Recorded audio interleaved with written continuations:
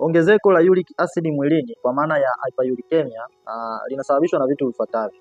Kwanza kabisa ni lishe mbovu, kwa maana ya kwamba vyakula unavyokula vinaweza vikakusababishia ongezeko la uric acid mwilini mwako. Kwanza kabisa wale wanaokula nyama nyekundu, usipendelee sana kula nyama nyekundu ili kusababishia uric acid.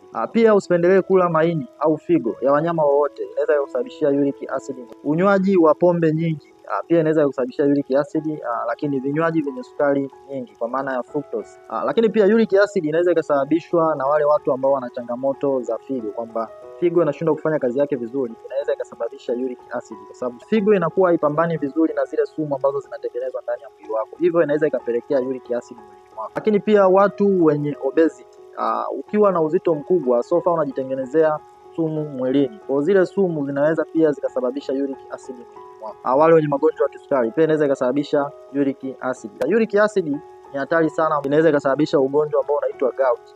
Gout ni hatari sana, ni ugonjwa wa viungo, unakuwa unaota vinundu ambavyo vina asili ya majipu na vinakuwa na majimaji ndani, vinaweza vikaota sehemu yoyote, kwenye mguu, kwenye mkono, kwenye kidole na hata kichwani, na mara nyingi inakuwa inaanzia kwenye kidole gumba. Kwa hiyo uric acid ni hatari sana. Kuwa na desturi ya kupima uric acid mwilini mwako. Ukiona imezidi au imepungua, chukua hatua kwa haraka, itakusaidia sana. Lakini pia unaweza kuchukua namba kwenye bio, nipigie, nitakupa ushauri wa kutosha juu ya uric acid mwilini pamoja na magonjwa yanayosababishwa na uric acid kama vile gout. Karibu sana.